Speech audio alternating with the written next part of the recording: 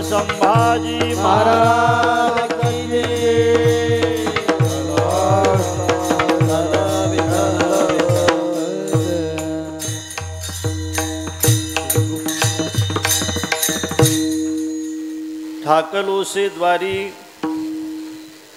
ठाकलोसे द्वारी उभा याचक भिकारी, मज भीक काही देवा, प्रेम भातुके पाठवा। याचकाचा भार घेऊ नये एरझार, मज भीक काही देवा, प्रेम भातुके पाठवा। तुका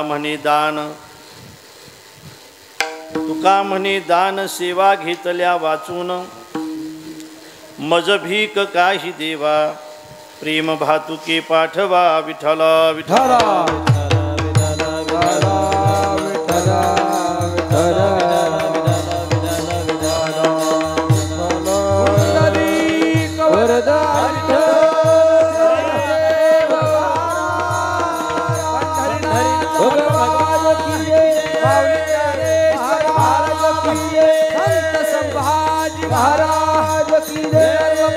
संत गजानन महाराज की जय। श्री गुप्तेश्वर महाराज की जय।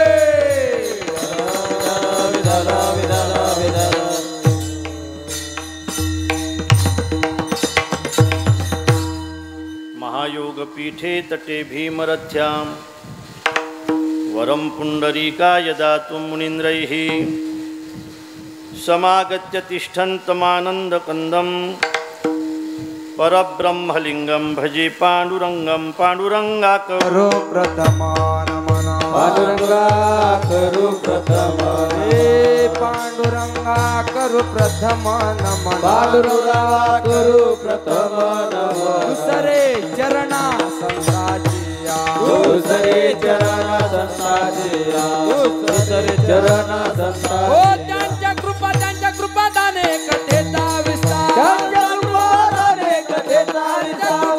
त्यांच्या कृपादाने कथेचा विस्तार। बाबाजी सद्गुरु दास तुका, बाबाजी सद्गुरु दास तुका, बाबाजी सद्गुरु दास तुका। ओम नमो ज्ञानेश्वरा करुणा करा दयाळा, तुमचा अनुग्रह लाधलो पावन झालो चराचरी। मी कळा कुसरी काहीच नेने बोलितो वचनी अति भाविका। एका जनार्दनी तुमचा दास त्याची आस पुरवावी, तुमचा अनुग्रह लाधलो पावन झालो चराचरी। नमो सद्गुरो तुकया ज्ञान दीपा, नमो सद्गुरो सचिदानंद रूपा, नमो सद्गुरो भक्त कल्याण मूर्ती, नमो सद्गुरो भास्करा पूर्ण कीर्ती जयांचे केलिया स्मरण। होय सकळ विद्यांचे अधिकरण, तेची वंदू श्रीचरण श्री गुरूंचे, ते नमस्कारोनी आता विठ्ठला विठ्ठला विठ्ठला विठ्ठला विठ्ठला विठ्ठला विठ्ठला विठ्ठला विठ्ठला विठ्ठला विठ्ठला विठ्ठला विठ्ठला।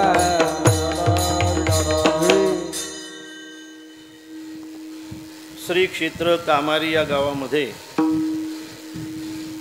श्री संत संभाजी महाराज यांच्या या पावन दरबारामध्ये श्री संत संभाजी महाराज मंदिर जीर्णोद्धार व मूर्ती समाधी पुनर्प्राणप्रतिष्ठा सोहळा या ठिकाणी संपन्न झालेला आहे। त्या निमित्ताने नाही कार्यक्रम, पण या मंदिराची आणि मूर्तीच्या पुनर्प्राणप्रतिष्ठेची स्थापना या ठिकाणी झालेली आहे. मागल्या वर्षी ज्यावेळेला आम्ही आलो होतो, मागल्याच वर्षी ना, त्याच्या मागल्या वर्षी, त्यावेळेला या ठिकाणी लाकडी होतं सगळं मंदिर, आणि यावर्षी पाहिलं तर सगळं चित्र आपण बदलून टाकलं. तर म्हणजे ज्यांनी ज्यांनी या मंदिरासाठी सहकार्य केलं असेल त्यांना मी मनापासून धन्यवाद देतो की आपण एका वर्षामध्ये हे सगळं चित्र या ठिकाणी बदलवलं. गुरुवर्य भास्करगिरी महाराज व गुरुवर्य ब्रह्मनिष्ठ विठ्ठल बाबा महाराज यांच्या कृपा आशीर्वादाने हा अखंड हरिनाम सप्ताह या ठिकाणी सुरू आहे. सप्ताहाचं स्वरूप असं आहे, भागवत कथा व ज्ञानेश्वरी पारायण. एकनाथी भागवत अर्थात एकनाथी भागवत सप्ताह व ज्ञानेश्वरी पारायण. हे भागवताची कथा आहे का पारायण आहे? एकनाथी भागवताचं नित्य नियमाचं पारायण आणि ज्ञानेश्वरीचं हे खऱ्या अर्थाने सप्ताहानिमित्ताने असलेलं पारायण, अशा पद्धतीने या सप्ताहाचं स्वरूप आहे. हरिभक्तिपारायण कोंडोबा महाराज पेटकर, मठाधिपती श्री संत संभाजी महाराज संस्थान कामारी, व ज्यांच्या अत्यंत आग्रहामुळे या ठिकाणी आम्हाला यावं लागलं ते ॲडव्होकेट हरिभक्तिपरायण भागवत महाराज पेटकर, अध्यक्ष मठाधिपती श्री संत संभाजी महाराज संस्थान कामारी. भागवत महाराजांच्या अत्यंत आग्रहामुळे या ठिकाणी आजची ही कीर्तनरूपी सेवा आहे. खरं म्हणजे फार लांबून मला या ठिकाणी यावं लागलं, याचं कारण ते महाराजही आहेत आणि ते पत्रकारही आहेत. काय असते बघा, काही माणसाशी माणसाने विरोध करू नये, त्याच्यामध्ये पत्रकाराचा नंबर आहे. कुठं काय बातमी टाकतील काही सांगता येत नाही. हा त्याच्या पाठीमागचा भाव नाही, पण मुख्य भाव असा आहे की आमच्या विठ्ठलने म्हटलं होतं महाराजांना की कालचं कीर्तन देहूला आहे आणि दुसऱ्या दिवशी या ठिकाणी पोचायचं आहे. प्रवास खूप लांबचा आहे आणि कालचं कीर्तन गुजरातच्या बॉर्डरला होतं, त्याच्या अगोदरचं कीर्तन. संध्याकाळचं कीर्तन देहूला होतं आणि आताचं कीर्तन जवळजवळ बॉर्डरलाच आहे महाराष्ट्राच्या. म्हणून विठ्ठलने महाराजांना अशी विनंती केली की महाराज नाही आलं तर चालेल का? पण महाराजांनी सांगितलं बाबाला जर त्रास होत असेल तर नाही आलं तरी चालेल, म्हणून आलोय बघा. हो ना, खऱ्या अर्थाने ही समजदारी या वयामध्ये मला भागवत महाराजांमध्ये दिसली. नाही तर कसं असते, एकदा तारीख घेतल्यानंतर नाही बाबा तुम्ही तारीख कशाला दिली, मग तुम्ही त्याच वेळेला नाही का, त्याच वेळेला कशाला, काय आमच्याकडची भाषा आहे, त्याच वेळेला कशाला तोंड मारलं तुम्ही, नाही. आता तुम्ही आलं पाहिजे असा कोणताही आग्रह, असा कोणताही दुराग्रह मला महाराजांनी केला नाही. हा स्वभाव, हा भागवत महाराजांचा स्वभाव मला आवडला आणि म्हणूनच खऱ्या अर्थाने इतक्या लांबचा प्रवास करून मी या ठिकाणी आलो. महाराजांची सेवा आहे. श्री संत संभाजी महाराज एक साक्षात्कारी पुरुष होऊन गेले. परमार्थ करणं हा वेगळा विषय असतो, कीर्तन करणं हा वेगळा विषय असतो, गायन करणं हा वेगळा विषय असतो. परमार्थ करणं, कीर्तन करणं हा वेगळा विषय असतो आणि परमार्थ जगणं हा वेगळा विषय असतो. लक्षात ठेवा. कीर्तन करणं फार सोपी आहे, आता तर त्याहीपेक्षा सोपी झालं पहा. पूर्वी तरी ग्रंथ पाहावे लागत होते, पूर्वी ग्रंथ पाहिल्याशिवाय कीर्तन करता येत नव्हतं. आता मोबाईल पाहिला तरी कीर्तन करता येत.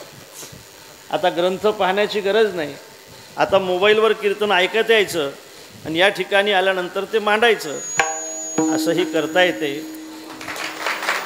संभाजी महाराज की काय झालं? एकदम काय झालं बा तुम्हाला? विठ्ठल विठ्ठल विठ्ठल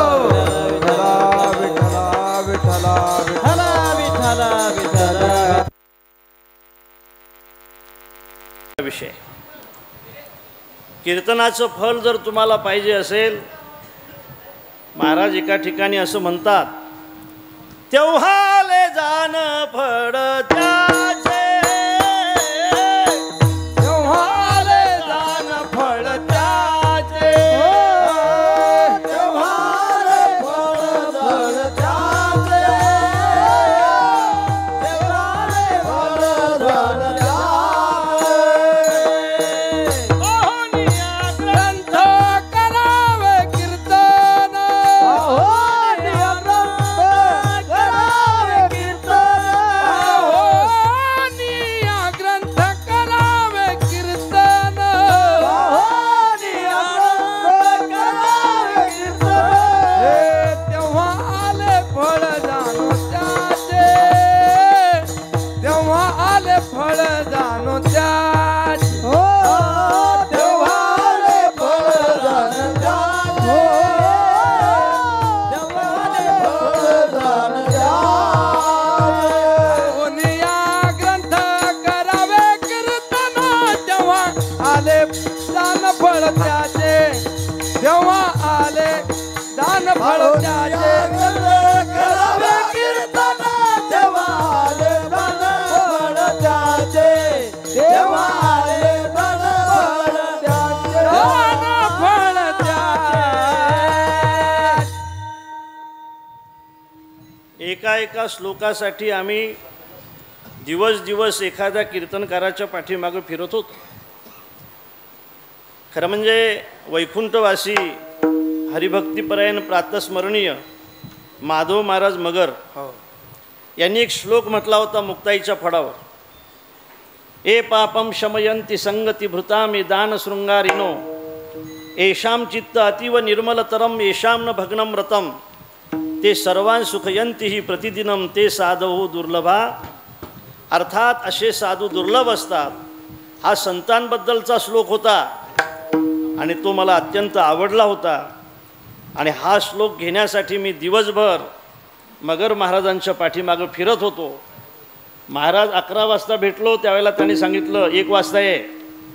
आणखी बरोबर 1 वाजता गेलो त्यावेळेला सांगितलं 3 वाजता ये.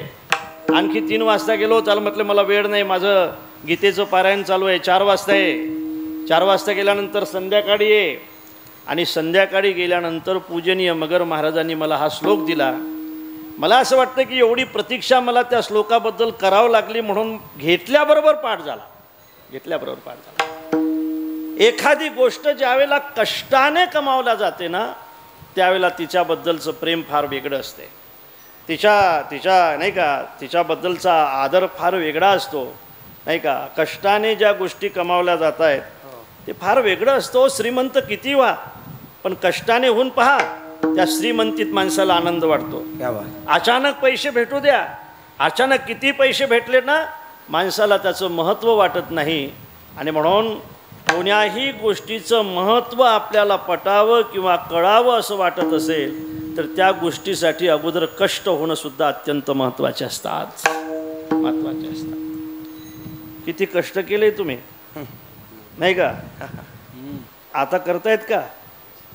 आता पोरं तेवढे कष्ट करतायत का?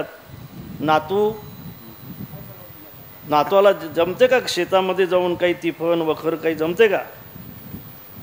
कष्टाने जे कमावल्या जातं ते फार वेगळं असतं, लक्षात ठेवा.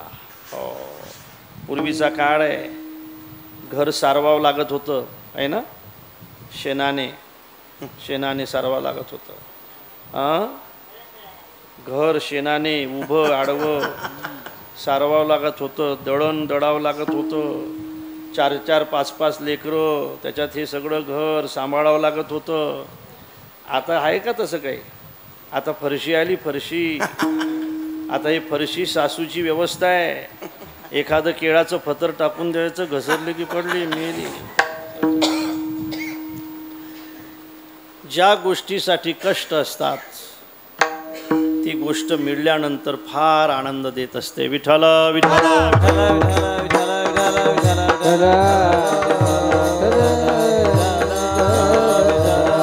अरे झोपेचा आनंद भेटण्यासाठी माणूस थकलेला असला पाहिजे. भुकेचा आनंद भेटण्यासाठी माणूस उपाशी असला पाहिजे. उपाशी असलेल्या माणसाला तुम्ही कोंडा द्या, तो प्रेमाने जेवण करेल आणि थकलेल्या माणसाच्या उशाशी तुम्ही धोंडा द्या, तो प्रेमाने झोपेल.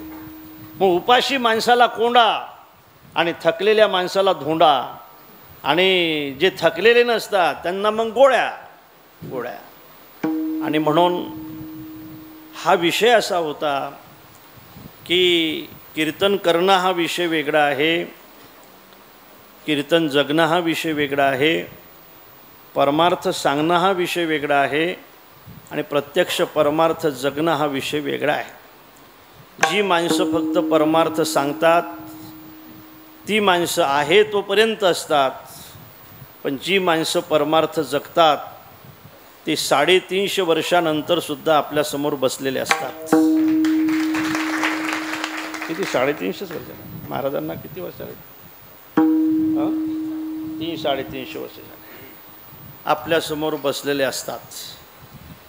जी माणसं जीवनामध्ये फक्त धनाला महत्त्व देतात, जी माणसं फक्त जीवनामध्ये पैशाला महत्त्व देतात, त्यांना पैशाच्या पाठीमागं जीवनभर चालावं लागतं.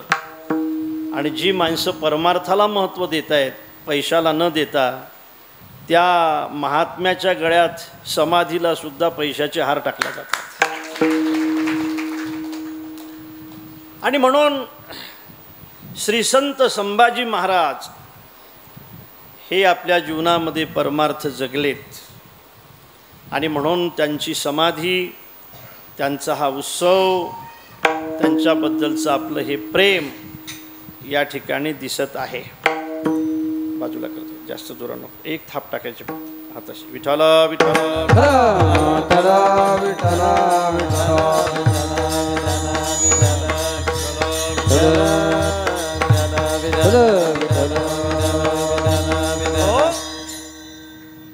हे जे संत असतात ना, संतांचं आणि आपलं जीवन तसा जर विचार केला तर एकच असते. संतांचा देहसुद्धा पंचमाभूताचाच असतो ना, पंचमाभूताचा अनिला उसना पंचमाभूताचाच असतो. आपलाही देह पंचमाभूताचाच आहे, पंचमाभूताचाच आहे.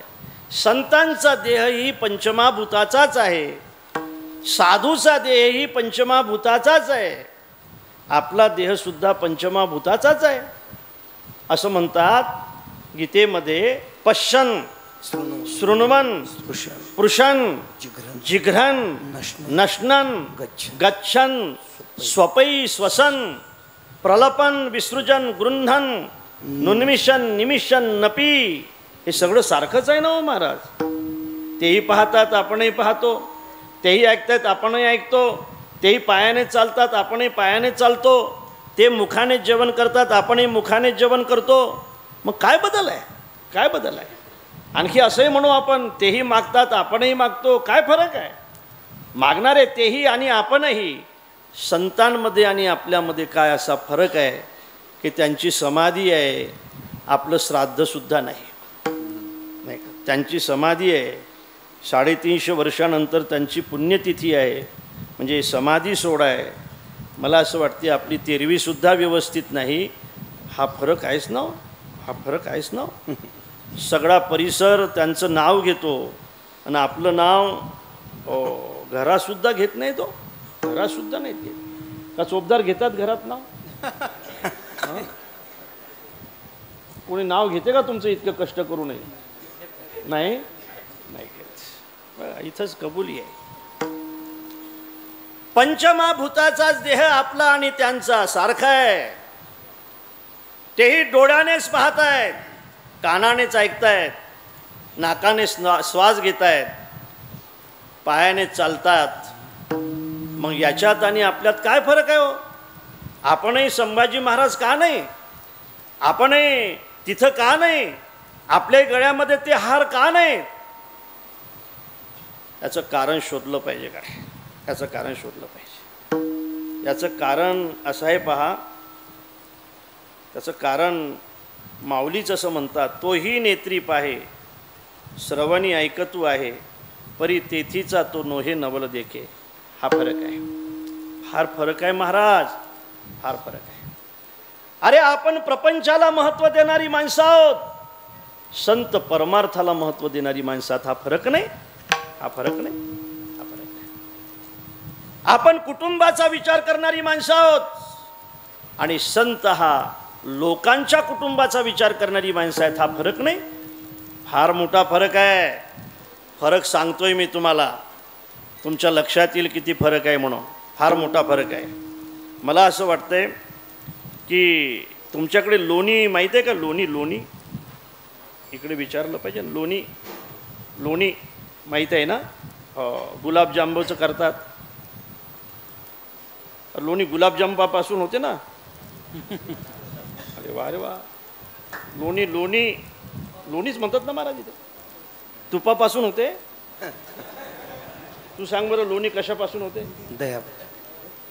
लोणी तुपापासून होते का नाही? अरे हो म्हण ना. अरे मी सांगतो, तू हो म्हणायला काय हरकत आहे? ए पोरी, लोणी तुपापासून होते का नाही? तुपापासून होते लोणी. हे का तुपापासून होते मग? दह्यापासून लोणी होते. लोणी करण्यासाठी त्या दह्यामध्ये घुसळण केल्या जाते. घुम घुम करीती, घुम घुम घुम करीती, घुम घुम करती डेरे घुमती, आनंदल्या गौडणी छंदे छंदे डोलती, एक म्हणती साजनी तुम्ही लपवा गेलोनी, नकडे नकडे नकडे बाई कृष्णाची करणी, कोणी कळोनी हागे सकये येईल चक्रपाणी, खास खांदोनी तुम्ही आता लपवा दुधानी, आनंदल्या गौडणी छंदे छंदे डोलती, उनवणी म्हणजे काय? थंड पाणी. सांगत जा ना, मी म्हणतो तसं तर सांगा. उनवणी म्हणजे थंड पाणी. काय उनवणी म्हणजे? यांना विचारू द्या. उनवणी म्हणजे थंड पाणी. बरोबर आहे ना? माहीतच नाही तिला, माहीतच नाही. उनवणी म्हणजे गरम पाणी, शिडवणी म्हणजे गार पाणी. उनवणी शिळवणी घालिता परिते लोणी येईना. सज्जनानो, मंथन करावं लागतं त्या दह्यामध्ये मंथन केल्यानंतर त्याचे दोन भाग होतात. एक लोण्याचा भाग असतो, एक ताकाचा भाग असतो. दह्याचेच दोन भाग आहेत. एक लोणी आहे, एक ताक आहे. एक लोणी आहे, एक ताक आहे. पण लक्षात ठेवा, एखादा माणूस जर तिथं गेला आणि त्याने जर ताकाची आणि लोण्याचं मोल सारखं केलं तर हे बरोबर आहे का? नाही. ताकाचं मोल वेगळं आहे आणि लोण्याचं मोल वेगळं आहे. म्हणून महाराज म्हणतात, दह्याची अंगी निघेता कलोनी,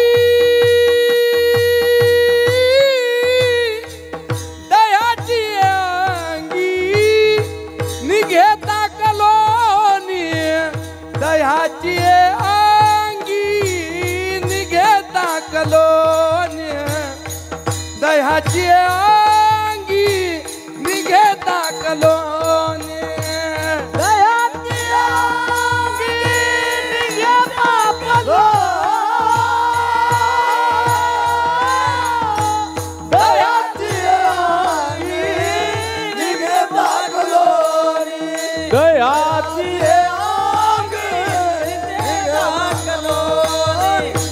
दह्याची अंगी निघेता कलोनी, दोहीशी समान मागून दोहीशी समान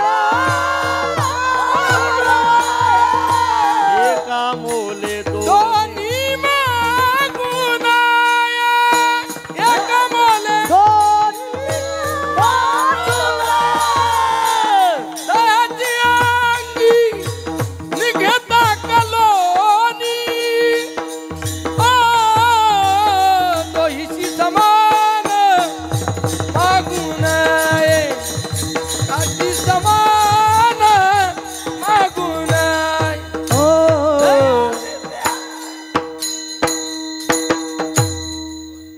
दह्याची अंगी निघे ताक लोणी, दह्यापासूनच निघतायत. पण महाराज म्हणतात एका मोले दोन्ही मागू नये. पृथ्वीची पोटी हिरागार गोटी, ऐकताय ना आपण? पृथ्वीची पोटी हिरागार गोटी, दोहीशी संसाटी करू नये. आकाशाचे अंगी चंद्र तारांगणे, नाही का, दोहीशी समान पाहू नये. आणि तुका म्हणे तैसे संत आणि जन, दोहीशी समान भजू नये, भजू नये. आता सांगू, दह्यापासून ताक आणि लोणी निघत असलं ना, तरी खरं सांगू, आपण सगळेजण, माझ्यासहित आपण सगळेजण ताकाच्या ठिकाणी आहोत आणि माझे संभाजी महाराज हे लोण्याच्या ठिकाणी आहेत. एवढा फरक. आपण सगळेजण दादा, आपण, आपल्याला माहित आहे, आपण सगळेजण हे सगळे आकाशातले तारे आहोत. आपण ताऱ्यांच्या ठिकाणी आहोत आणि माझे संभाजी महाराज हे चंद्राच्या ठिकाणी आहेत.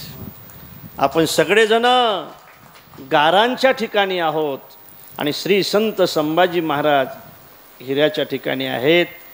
आणि म्हणून एवढा मोठा फरक आहे गड्या आपल्यामध्ये आणि साधूमध्ये, एवढा मोठा फरक आहे गड्या, एवढा मोठा फरक आहे. म्हणून मला असं वाटतंय आपलं तेरवंही नाही आणि महाराजांसाठी 350 वर्षानंतर या ठिकाणी मंदिर बांधलं जाते. हा फरक आहे गड्या, हा फरक आहे. फार मोठे फरक आहेत बा. मी तर एखादा प्रश्न विचारून जाईल म्हणजे आपल्या लक्षात येईल किती फरक आहे म्हणून. विनेकरी, तुमचं नाव काय? हां, श्रीरंग. तुमच्या वडिलाचं नाव काय? हां, भुजंगराव. किशनराव. तुमच्या आजोबाचं नाव काय? परसराम पाटील. तुमच्या पंजोबाचं नाव काय? खोटं सांगू ना वर, मला माहीत नाही. तुमच्या खापर पंजोबाचं नाव काय? तुमच्या ढोपर पंजोबाचं नाव काय? श्रीरंग.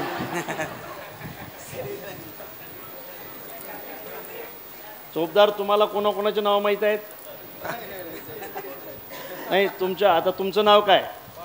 बरं. तुमच्या वडिलाचं नाव काय? तुमच्या मुलाचं नाव काय? आणखी एक नाव सांगा ना. नाही, आणखी नाव सांगा ना. मुलाच्या मायचं नाव काय? ही नावं सांगता येतील. पण मला असं वाटतं की आपल्यापैकी आपल्या ढोपरपंजाचं नाव सांगता येईल, मला सुद्धा सांगता येणार नाही. 200-250 वर्षाचा इतिहास, 100-150 वर्षाच्या अगोदरची नावं आपल्याला माहीत नाही. हा आपला परिचय आहे. आणि संभाजी महाराजांना हे गाव आणि हे परिसर आजही विसरायला तयार नाही. हा त्यांचा परिचय आहे. सज्जनानो, हे आपण समजून घेतलं पाहिजे. म्हणून साधूला ओळखलं पाहिजे. साधूबद्दल कधी बोललं नाही पाहिजे, देवाला राग येत असतो. आणि पहा, आणखी एकपणा आपल्याला जर मानायचा असेल तर आपणही मागणारेच आहोत आणि संतही मागणारेच आहेत. मग काय फरक आहे? आपणही मागतो, संतही मागतात. मागणारे तेही आहेत, मागणारे आपण आहोत. मग फरक काय? तुम्हाला फरक सांगतो पहा. आपण संसाराच्या समोर मागतो आणि ते देवाच्या समोर मागतात, हा फरक आहे. आपण संसारातलं मागतो आणि ते देवातलं मागतात, हा फरक आहे. आपण प्रपंचासाठी मागतो, ते परमार्थासाठी मागतात, हा फरक आहे. आपणही सुखच मागतो आणि संतही सुखच मागतात. प्रेम सुख देई, प्रेम सुख देई, प्रेमाविना नाही समाधान, प्रेमाविना नाही समाधान, प्रेमाविना नाही समाधान. प्रेम सुख देई, प्रेम सुख देई, प्रेमाविना नाही समाधान. जय हो. प्रेमाविना नाही समाधान, प्रेमाविना नाही समाधान.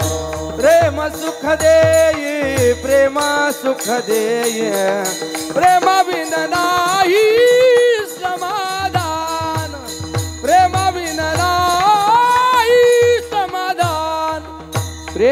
सुख देये प्रेम सुख देये प्रेम विन नाही समाधान प्रेम विन नाही समाधान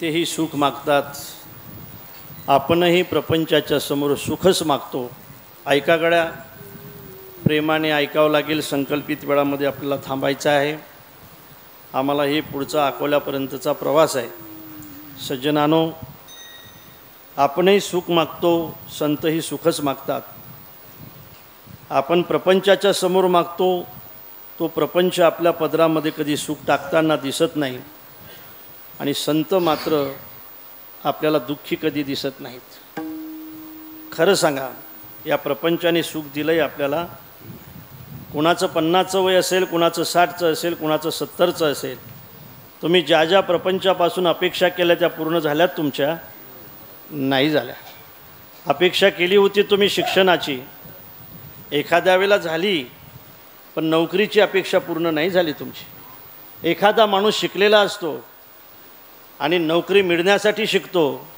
नोकरीच्या अपेक्षेने शिकतो बरोबर आहे ना माझं बरोबर आहे ना रे बरोबर आहे ना पण बऱ्याचदा शिकूनही नोकरी भेटत नाही म्हणजे अपेक्षा कुठं पूर्ण झाली एखाद्या वेळेला शिक्षणही होतं नोकरी भेटते पण सांगू का मनासारखी छोकरी भेटत नाही अपेक्षा कुठं पूर्ण झाली बरं मनासारखी छोकरी भेटली नाही का तर मनासारखा मुलगा निघत नाही अपेक्षा कुठं पूर्ण झाली मनासारखा मुलगा निघाला मग तब्येत साथ देत नाही अपेक्षा कुठं पूर्ण झाली भरपूर लाडू खाण्याची इच्छा असून सुद्धा शुगर खाऊ देत नाही अपेक्षा कुठं पूर्ण झाली अपेक्षा कुठं पूर्ण झाली मला असं वाटतं की या प्रपंचाने जर सुख दिलं असतं तर या प्रपंचाला सोडून साधूने भस्म किंवा गळ्यामध्ये माळा घातली नसती आणि अरण्यामध्ये गेले नसते सज्जनानो या प्रपंचापासून सुखाची इच्छा करू नका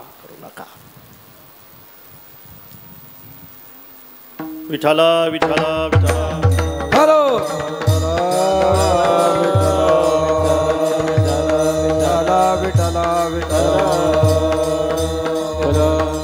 सुखाचा विचार नाही कोठे ऐका दुःख बांधवडी आहे हा संसार दुःख बांधवडी आहे हा संसार दुःख बांधवडी आहे हा संसार दुःख बांधवडी आहे हा संसार दुःख बांधवडी आहे हा संसार दुःख बांधवडी आहे हा संसार दुःख बांधवडी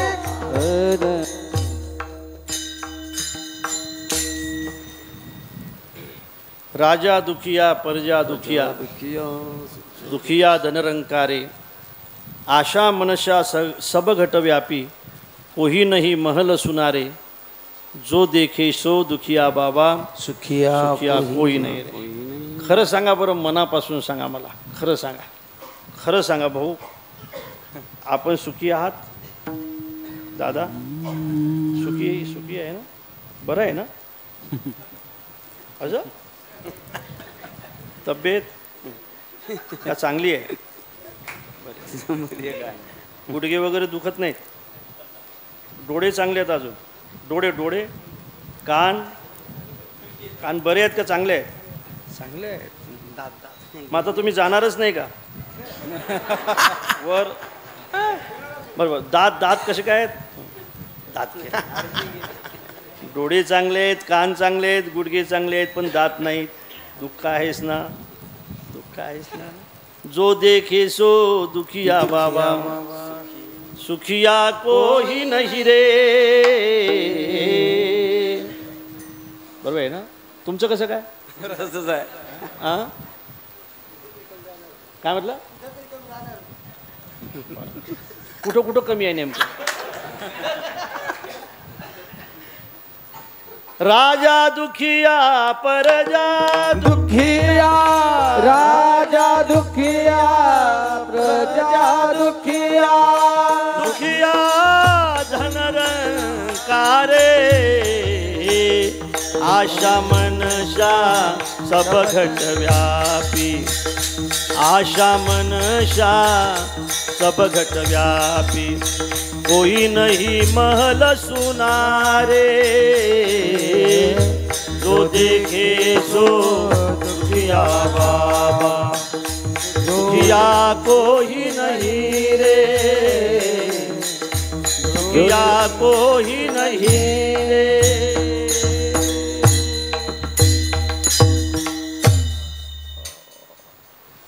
उद्या घरीच जायचं ना 1 2 3 4 घरीच ना का हिमालयात जाता आता कीर्तन ऐकलं.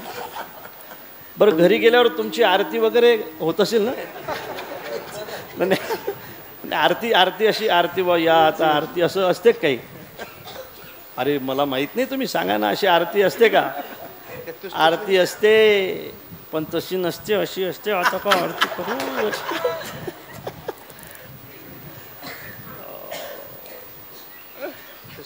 तुझं कसं काय रे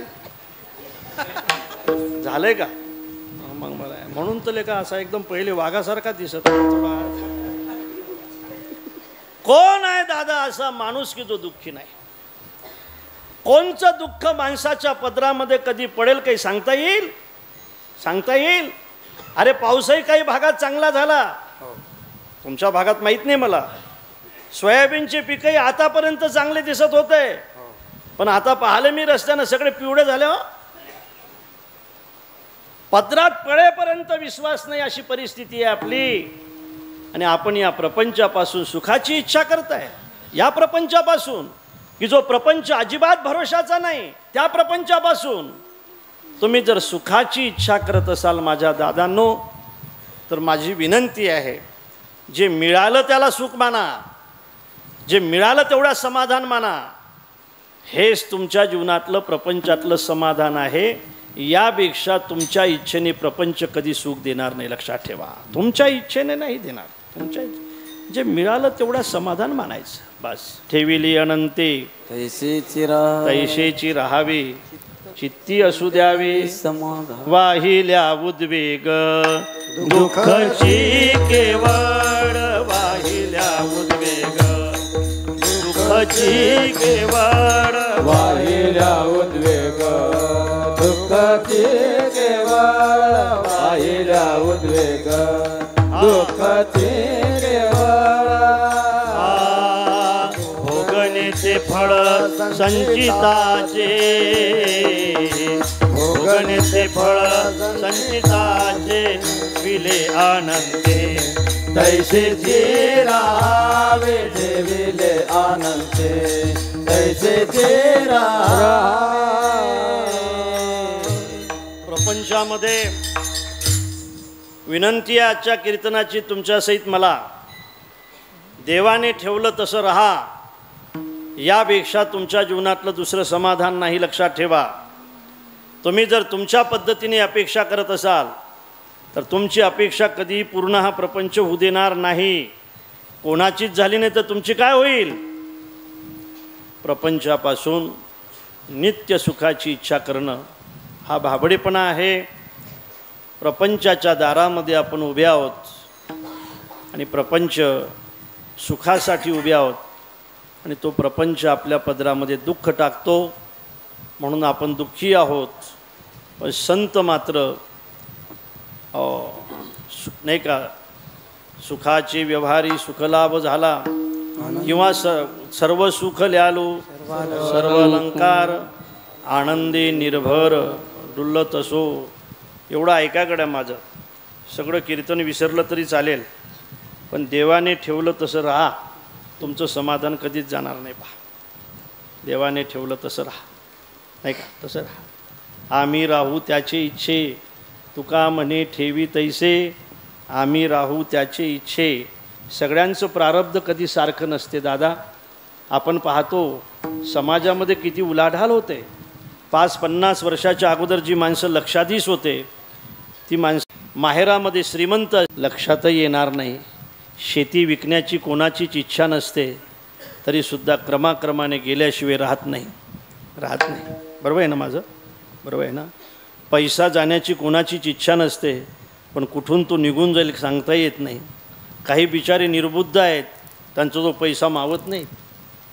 हो, पैसा मावत नाही. हो, पण जे बुद्धिमान आहे त्यांच्याजवळ पैसा टिकत नाही. आपलं प्रारब्ध आहे, प्रारब्धाप्रमाणे आपल्याला हे भोगावं लागतं. आणि जसा भोग असेल त्याच्या सामोरी जा. तुम्हाला जास्त सांगतोय, तुम्ही फार चिडचिड करताय. तुम्ही ठेविले अनंते तैसेची राहावे, चित्ती असू द्यावे समाधान. प्रपंचातली आशा हे तुमच्या जीवनात सर्वात मोठं दुःख देणारी आहे. लक्षात ठेवा. आशा आशा आशा ही परमं दुःखम, नैराश्यम परमं सुखम.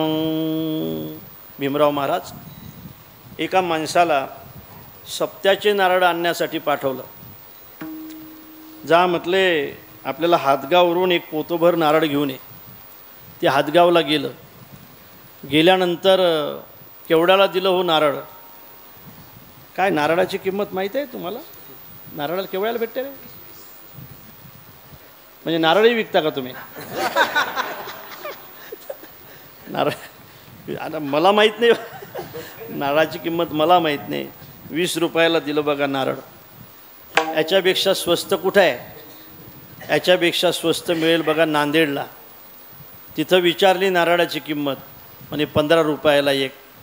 याच्यापेक्षा स्वस्त कुठं मिळतील? मी याच्यापेक्षा स्वस्त मिळतील संभाजीनगरला. विचारली नारळाची किंमत 10 रुपये. याच्यापेक्षा स्वस्त कुठं मिळतील? मग ते याच्यापेक्षा स्वस्त पुण्याला मिळतील साहेब. गेलं हे पुण्याला. नारळाची किंमत 7 रुपये. याच्यापेक्षा स्वस्त कुठं आहे? पण याच्यापेक्षा स्वस्त मुंबईला आहे. गेलं मुंबईला. 7वा दिवस अजून आलंच नाही. नारळाची किंमत म्हटले 3 रुपये.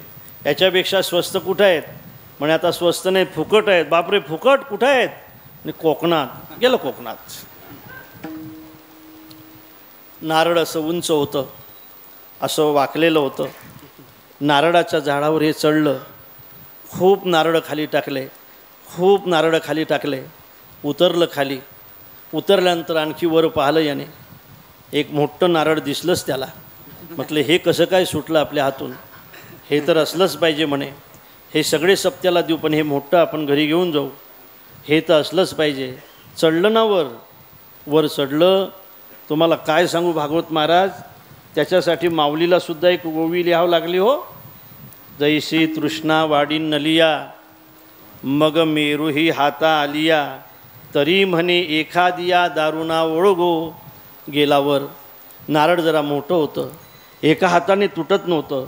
दोन्ही हाताने पकडलं नारळ त्याने.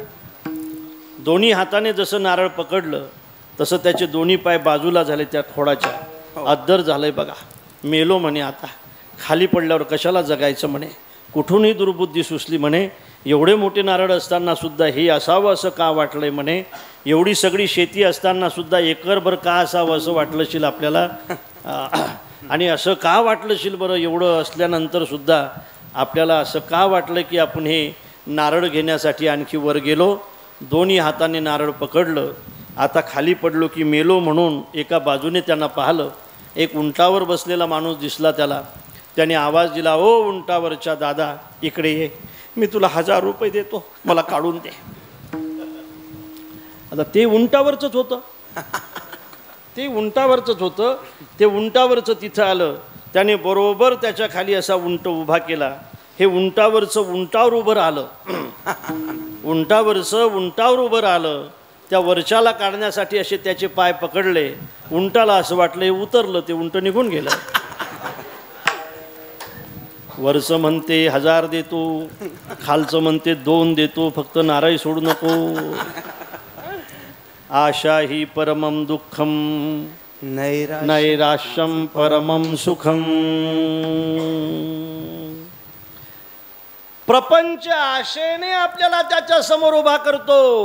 सर्व सुखाची आशा जन्म गेला. बोला. सुखाची आशा जन्म गेला. जन एका नाही गेला. जन एका नाही हिंडता दिशा शिन पावला हिंडता दिशा शिन पावला माया विष्टीला जीव माझा माया विष्टीला जीव माझा माया विष्टीला जीव माझा माया विष्टीला जीव माझा माझे सोहित रे नती कोणी माझे सोहित रे नती कोणी माझे सोहित रे नती कोणी माझे सोहित रे नती कोणी.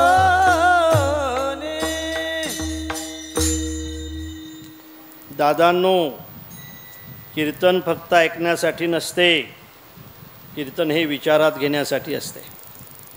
माझे 2 मुद्दे लक्षात ठेवा. मी ठेवतो, तुम्ही ठेवा. देवाने ठेवलं तसं राहा, कष्ट खूप करा, पण नाही मिळत असेल तर देवाची इच्छा नाही म्हणून सोडून द्या. तुमचं समाधान कधी बिघडणार नाही, लक्षात ठेवा. मनासारखं कधी मिळत नसते. मनासारखं मिळते ना, तो माणूस भाग्यवान असतो, लक्षात ठेवा. पण मनासारखं कधी होत नाही. आणि असं होत नसेल तर त्याच्याबद्दल दुःख करत बसू नका. आपल्याला देवाने तसं ठेवलं आहे असं राहा. बायको मेली होती माझ्या तुकोबारायची अन्न अन्न करता, तरीसुद्धा महाराज म्हटले बरे झाले देवा, नाही का. महाराजांचा 6 वर्षाचा संतू नावाचा मुलगा मेलाय दूध भेटलं नाही म्हणून, तरीसुद्धा महाराज म्हटले बरे झाले देवा. महाराजांची जी बायको राहिली होती ती भयंकर कडक होती आणि कर्कशा होती, तरीसुद्धा महाराज म्हटले बरे झाले देवा बाईला कर्कशा, नाही का. बरी ही दुर्दशा जनामध्ये. म्हणून सज्जनानो, हे जीवन पुन्हा पुन्हा भेटत नसते रे. बहुता दिवसा फेरा आला या नगरा, दुरून आलो मी गा. दुःख झाले दारुण यावया येथवरी, होते हेची कारण. अर्थात हा नरदेह पुन्हा पुन्हा भेटत नाही. पोरालाही सांगा लेका, हे पुन्हा पुन्हा भेटत नाही लेका, हे पुन्हा पुन्हा भेटत नसते पुन्हा पुन्हा. हे जरा विचार करून चाल. हे लेका याच्यासाठी भेटलं नाही, हे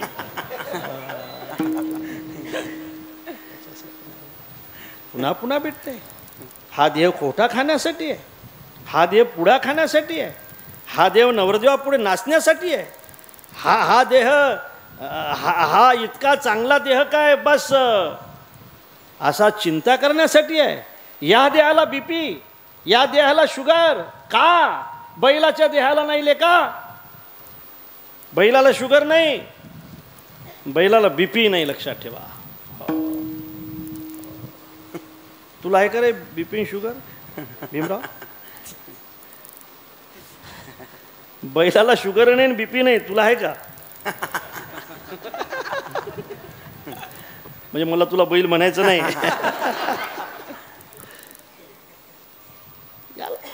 एवढेच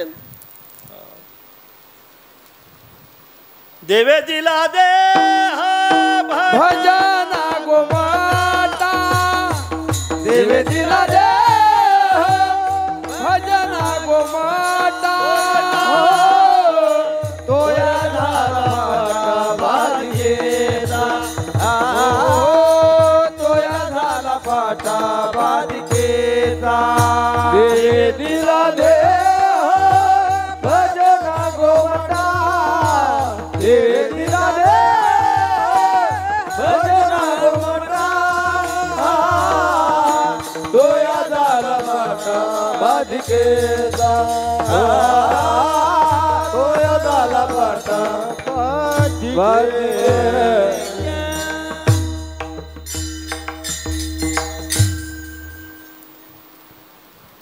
मुलाचं शिक्षण होईपर्यंत, नाही शिकला तर त्याला शेती करेपर्यंत, त्याचं लग्न करून देईपर्यंत बापाची जबाबदारी असते, लक्षात ठेवा.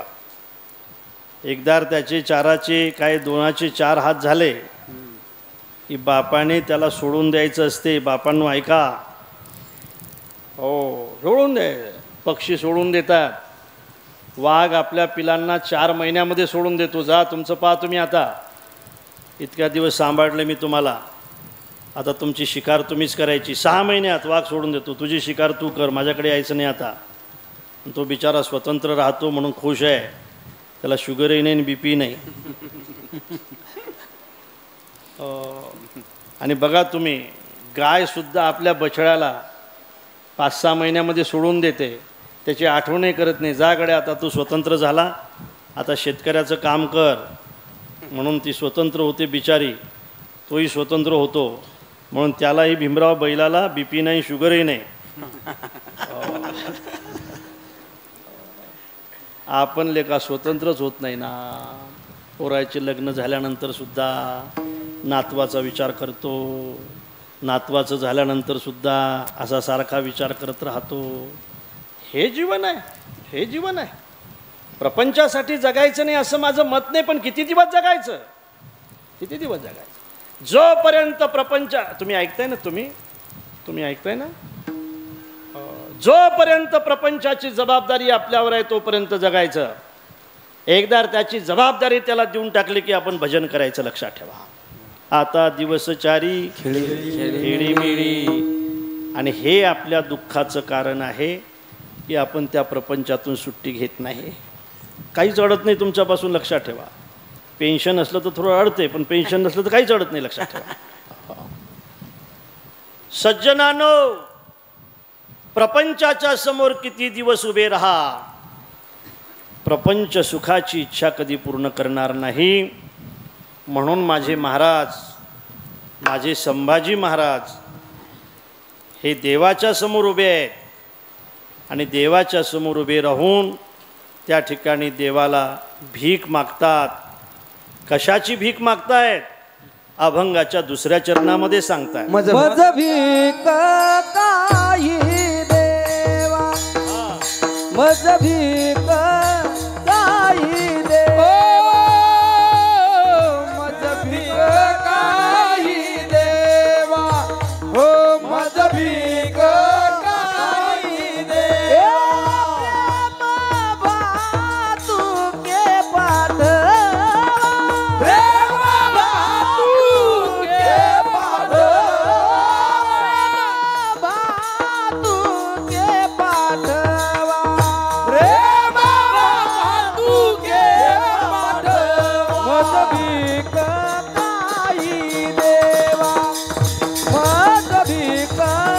काही दे, हो मज भीक काही देवा, काही देवा, मज भीक काही देवा, प्रेम भातुके पाठवा, मज भीक काही देवा, मज भातुके पाठवा. मज भीक काही देवा, मज भीक काही देवा, मज भीक काही देवा, प्रेम भातुके पाठवा, मज भीक काही देवा, प्रेम भातुके पाठवा. मज भीक काही देवा, मज भीक काही देवा, काही दे, भीक काही देवा. भीक मागतात, देवाच्या समोर मागतात. आणि काय मागतायत? 15-20 मिनिटांमध्ये थांबणार आहोत आपण. प्रेमाची भीक मागतात. प्रेमाची भीक संसाराच्या समोर का मागत नाहीत? याचं कारण संसार प्रेम देतच नाही महाराज, खरंच देत नाही बा. संसार माणसाला कधी प्रेम देत नाही. तुम्हाला खरं सांगू, संसारातलं प्रेम कमी कमी होतं आणि परमार्थातलं प्रेम वाढत जातं. जसं जसं वय जास्त होईल तसं तसं प्रपंचातलं प्रेम कमी कमी होतं. बरोबर आहे का मी बोलतो हे? जो वरी चढनगा तो वरडी म्हणती माझा. जसं जसं वय जास्त होईल ना तसं तसं घरातली माणसं म्हणतात बाबा आता तयारी करायला काही हरकत नाही तुम्हाला, नाही का.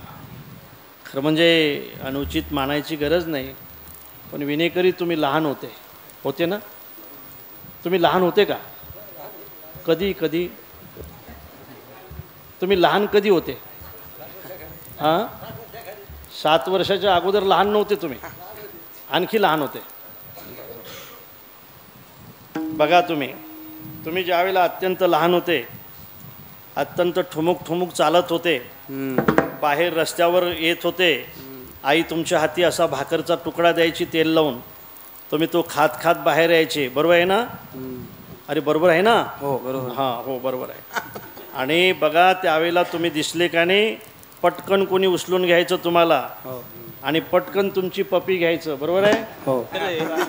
लहानपणचं सांगतो मी, लहानपणचं. आता नाही लहानपणचं सांगतो.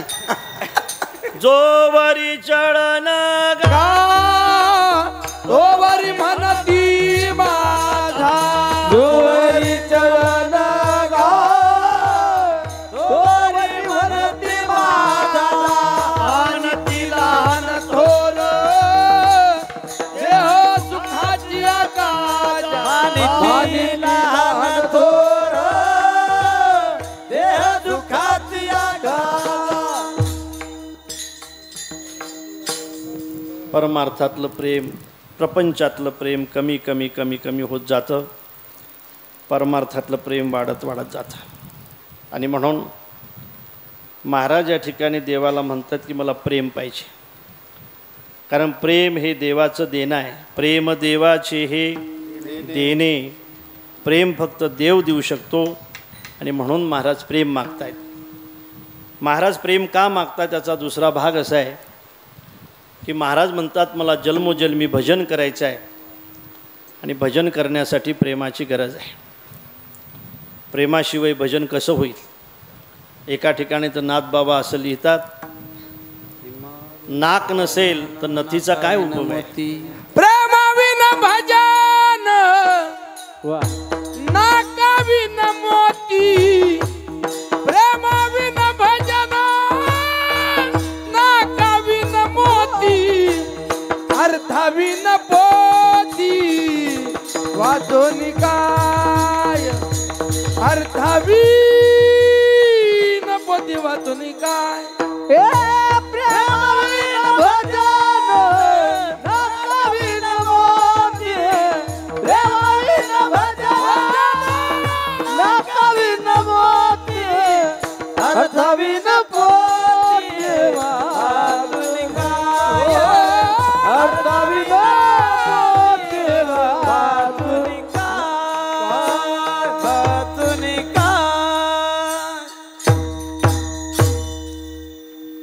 अर्थाशिवाय पोथी वाचण्याचा काय अर्थ आहे सांगा तुम्ही? अर्थ समजला पाहिजे ना. काय झालं बघा, 2 सखीची चर्चा होती. 2 सखी चर्चा करत होत्या.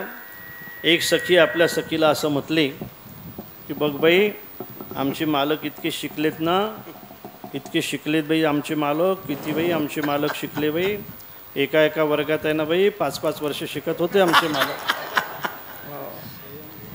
आणि आमच्या मालकाने जर लिहिलं ना बाई एखादं पत्र तर दुसऱ्याला अजिबात वाचता येत नाही, इतके शिकले. स्वमपि लिखितम पत्रम परो न वाचे येती. पुढची म्हटली माझे तर बाई तुझ्याहीपेक्षा जास्त शिकले, तुझे तरी स्वमपि लिखितम पत्रम परो न वाचे येती. माझे तर असे आहेत की स्वमपि लिखितम पत्रम स्वयं न वाचे येते. पत्र वाचताही आलं पाहिजे, पत्राचा अर्थही समजला पाहिजे. असंच ना. मला असं वाटतं की नथही असली पाहिजे, नथ घालण्यासाठी नाकही असलं पाहिजे. फार सुंदर आहे बरं काय, यातले भाव फार मस्त आहेत, फार मस्त आहे. मी खरं म्हणजे आपल्याला विचारून जाईल, अगोदर नाक आहे का अगोदर नथ आहे? अरे हे काय यांना विचारू, हे तर सांगा तुम्ही. अगोदर नाक आहे का अगोदर नथ आहे? नाक. नाक आहे म्हणून नथ आहे का नथ आहे म्हणून नाक आहे? तर नथ आहे म्हणून नाक महत्वाचं आहे का नथ महत्वाची आहे? सज्जनानो, नथ नाही नाक महत्वाचं आहे. पोथी महत्त्वाची का अर्थ महत्त्वाचा आहे? पोथी वाचण्यापेक्षाही अर्थ जास्त महत्त्वाचा आहे. तसं भजन महत्त्वाचं आहे का भजनातलं प्रेम महत्त्वाचं आहे? मला असं वाटते भजनापेक्षाही भजनातलं प्रेम महत्त्वाचं आहे. प्रेम महत्त्वाचं आहे. प्रेमाविन भजन, प्रेमाशिवाय भजन कसं होऊ शकते? प्रेमाशिवाय भजन होऊच शकत नाही. आणि असेल ते भजन नाही, भजन नाही. अरे प्रेमाने दिलेल्या शिव्या सुद्धा भजन आहे. प्रेमाने देवाला बांधणं सुद्धा भजन आहे. प्रेमाने देवाच्या पाठीमागं काठी घेऊन लागणं सुद्धा भजन आहे. प्रेमाने देवाशी खेळणं सुद्धा भजन आहे. आणि प्रेमाने देवासोबत चोरी करणं सुद्धा भजन आहे, भजन आहे. प्रेमाने जे असेल ना त्यासाठी मग मृदंगाची गरज नाही, दगडाचे टाळ कोण त्याचा नाद. सज्जनानो, हे जे प्रेम आहे हे भजनासाठी अत्यंत महत्त्वाचं आहे.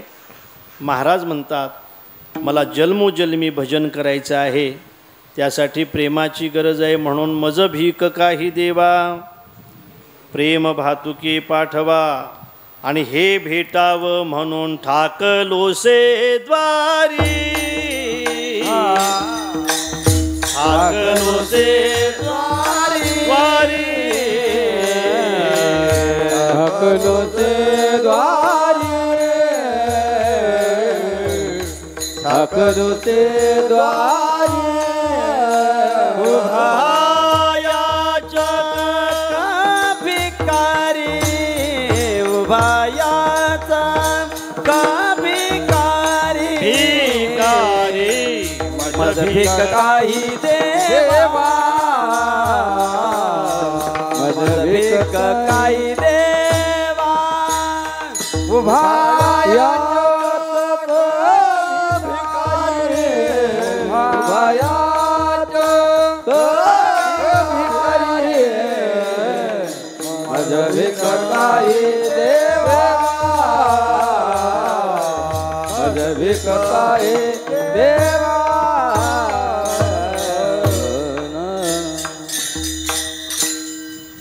मी तुझ्या दारामध्ये त्यासाठी उभा आहे. खरं सांगू का, भिकारी, याचक भिकारी असो वा श्रीमंत भिकारी असो, त्याला मागण्यासाठी उभंच राहावं लागतं. बरोबर आहे ना? उभं राहिल्याशिवाय मागता येत नाही. तुमच्याकडे उभंच राहावं लागतं का नाही? अरे श्रीमंत जरी भिकारी असला तरी त्याला उभं राहावं लागतं का नाही? कशासाठी? मतदान. काय मागायसाठी? मतं मागायसाठी. इतक्या उशिराने सांगताय तुम्ही? भिकारी श्रीमंत असला, त्याला जर मागायचं असले तर त्याला खाली बसून मागता येत नाही, त्याला उभं राहावं लागतं. म्हणून तुकोबाराय असं म्हणतात की देवा मी तुझ्या दारामध्ये उभा आहे. एक गोष्ट सांगू, सेवकाच्या जीवनामध्ये सुख नसावं आणि भिकाऱ्याच्या जीवनामध्ये सन्मान नसावा. सेवक जर सुखाची इच्छा करत असेल ना तर समजून चला तो सेवा करण्यासाठी सेवक झाला नाही, तो श्रीमंत होण्यासाठी सेवक झाला आहे. ही माणसं आपल्याला सेवेची संधी मागत असतात. मागतायत ना, सेवेची संधी मागतायत ना. आता त्या संधीचं काय करतात तुम्हाला माहीत आहे. म्हणून सेवकाने सुखाची इच्छा कधी करायची नसते आणि भिकाऱ्याने सन्मानाची इच्छा करायची नसते. खरं सांगू का तुम्हाला, या देशामध्ये मला 2 सेवक दिसतात गळ्या देशाचे. एक प्रधान सेवक आहे नाही का, प्रधान सेवक, तो खरा सेवक आहे. खरा सेवक, बरोबर आहे ना माझं? प्रधान सेवक खरा सेवक आहे. आणि एक यूपीतला सेवक, तोही खरा सेवक आहे. खरा सेवक बिचारा एका खोलीमध्ये राहतो, चटईवर झोपतो. बघा कशी यूपी सरळ केली त्याने. आणि आम्हाला लोक म्हणतात, महाराज लोकांना काय समजते, हे पागल म्हणतात आम्हाला, की ज्यांना आम्हाला तिकडे घ्यायचं नाही ते म्हणतात तुम्हाला काय समजते. लोक चंद्रावर गेले आणि तुम्ही धोत्रावरच राहिले म्हणे, तुम्हाला काय समजते. अरे आम्हाला जे समजते ना ते कसं समजते ते यूपीत जाऊन पहा. एखादा साधू आपल्या हातामध्ये ज्यावेळेला राज्यकारभार घेतो त्यावेळेला तो एवढा मोठा प्रदेश कसा सरळ बनवतो. खरं म्हणजे हे उदाहरण म्हणजे यूपीतलं उदाहरण आहे. आणि 10 वर्षामध्ये आपल्या देशाची किंमत जगामध्ये किती वाढते हे पंतप्रधानाने वाढवलेली किंमत नाही, एका साधूने वाढवलेली किंमत आहे. लक्षात ठेवा. आणि आम्हाला काय समजते म्हणतात. खरं सांगतो, हे जर सगळे माझ्या मागे असते ना महाराज लोक, तर आज 4-5 आमदार करून टाकले असते. सज्जनानो, योगी काहीतरी करू शकतात. आणि म्हणून सेवकाच्या जीवनामध्ये सुखाची इच्छा नसली पाहिजे. जो सुखाची इच्छा करत असेल तो सेवक कसा? सेवक नेहमी तत्पर असला पाहिजे, नाही का? सांगितले काम सेवके करावे, सांगितले काम ते होतो पण कामा नाही. सेवकाने सांगितलेलं काम केलं पाहिजे. ज्याच्यासाठी तो खऱ्या अर्थाने नियुक्ती आहे ते काम प्रामाणिकपणे करत असेल तो खरा सेवक आहे. म्हणून सेवकाने सुखाची इच्छा करायची नाही, भिकाऱ्याने सन्मानाची इच्छा करायची नाही. म्हणून त्या ठिकाणी जगद्गुरु तुकोबाराय देवाच्या दारात उभे नाही, बसलेले नाही, देवाच्या दारात उभे आहे. ठाकलोसे द्वारी उभा याचक भिकारी. काय पाहिजे महाराज तुम्हाला? मज भीक काही देवा, प्रेम भातुके पाठवा. मला प्रेमाची भीक पाहिजे. एक लक्षात ठेव देवा, भीक देताना काही नेम असतात. श्रीमंत माणसाने भीक देताना भिकाऱ्याचा भार मानायचा नसतो. काय लेका आला, आम्ही किती अडचणीत आहोत, आमचंच तर भागत नाही, तुला कसं काय देणार आम्ही. भिकाऱ्याने, श्रीमंताने भिकाऱ्याचा भार मानायचा नाही लेका. तुम्हाला खरं सांगतो, श्रीमंत असेल कोणी तर भिकारी श्रीमंताचा उद्धार करण्यासाठी जन्माला आलेले असतात. तुम्ही दान दिल्याशिवाय तुमचा उद्धार होऊ शकत नाही. म्हणून भिकारी काय केलेत देवाने. याच देशामध्ये असा विचार आहे, अमेरिकेमध्ये भिकारीच नाहीत म्हणून दानही देता येत नाही. या देशामध्ये देवाने काही भिकारी केलेत म्हणून श्रीमंताला दान देण्याची त्या ठिकाणी आहे, संधी आहे. आणि म्हणून भिकाऱ्याचा भार मानायचा नसतो भारत महाराज. आणि याचकाचा भार, याचकाचा भार, याचकाचा भार, याचकाचा भार, याचकाचा भार, याचकाचा भार, याचकाचा भार, याचकाचा भार. घेऊ नये येरधार, घेऊ नये येरधार, मज भीक काही देवा, मज भीक काही देवा.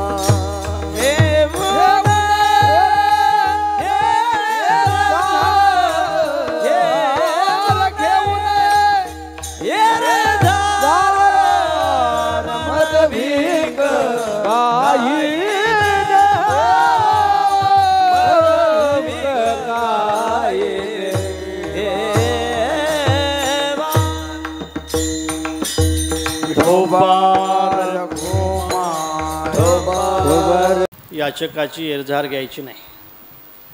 सप्त्याची वर्गणी काला झाल्यानंतर द्यायची असते. पट्टी म्हणतात, पट्टी म्हणतात का इकडे? सप्ताची पट्टी द्यायची असली ना तर त्याला म्हणा ₹1.25 देऊ, घरातले 9 जण जेवायला येऊ. आणि तुमच्या भंडाऱ्यातली जर काही बुंदी शिल्लक राहिली तर घरी घेऊन जाऊ. तुमचा सगळा सप्ताह झाल्यानंतर तुमचा हिशोब घेऊ. आणि आम्हाला जर हिशोब नाही पटला तर दिलेला ₹1.25 वापस. हे सगळं कसं काय तुमच्या पाठ आहे?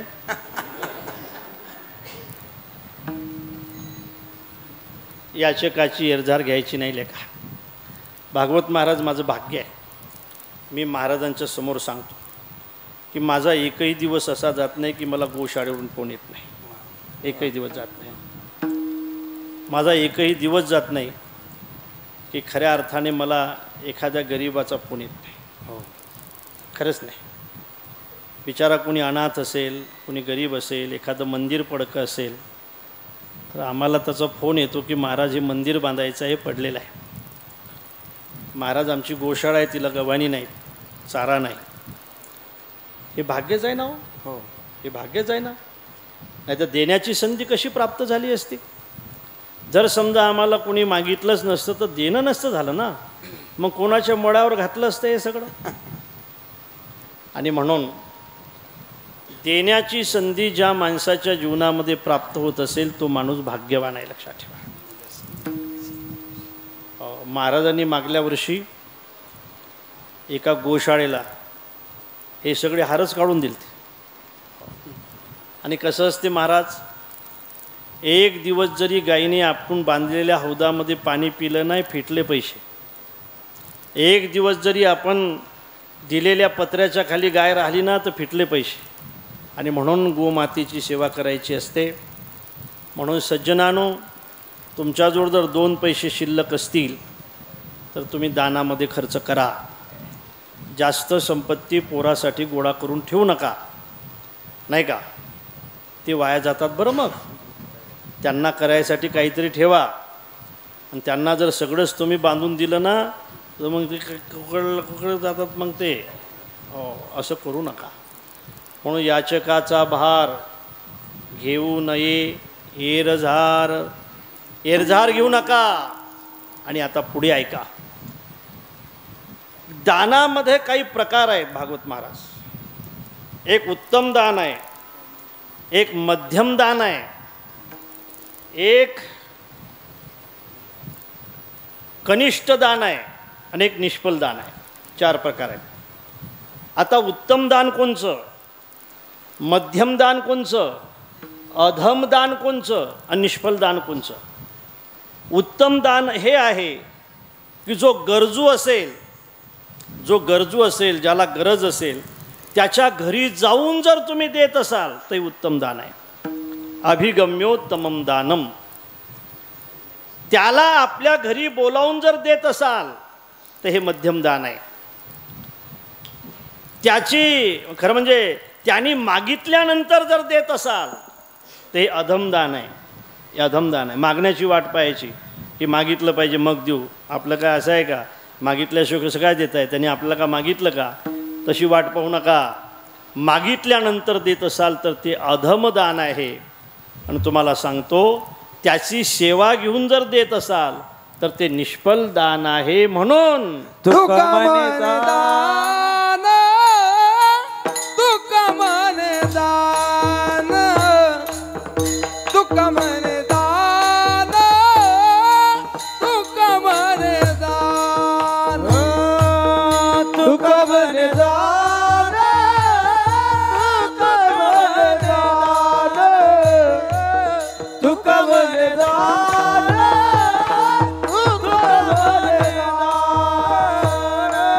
सेवा घेत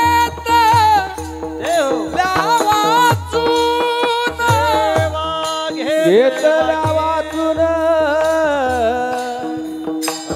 आ आ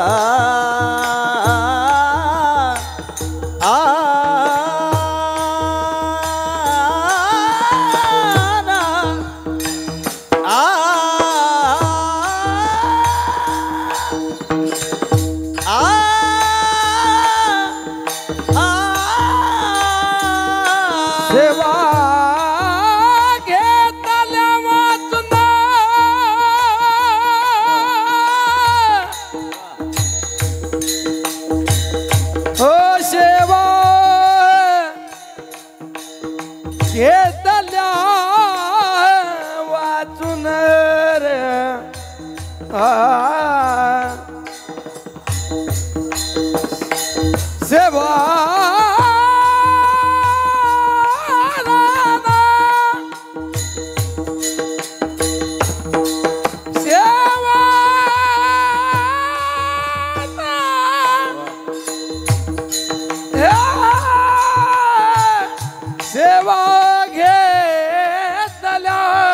वाचून मना राजू महाराज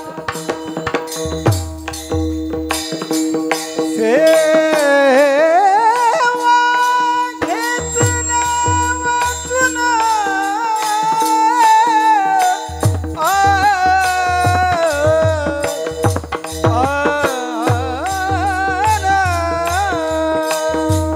सेवा घेत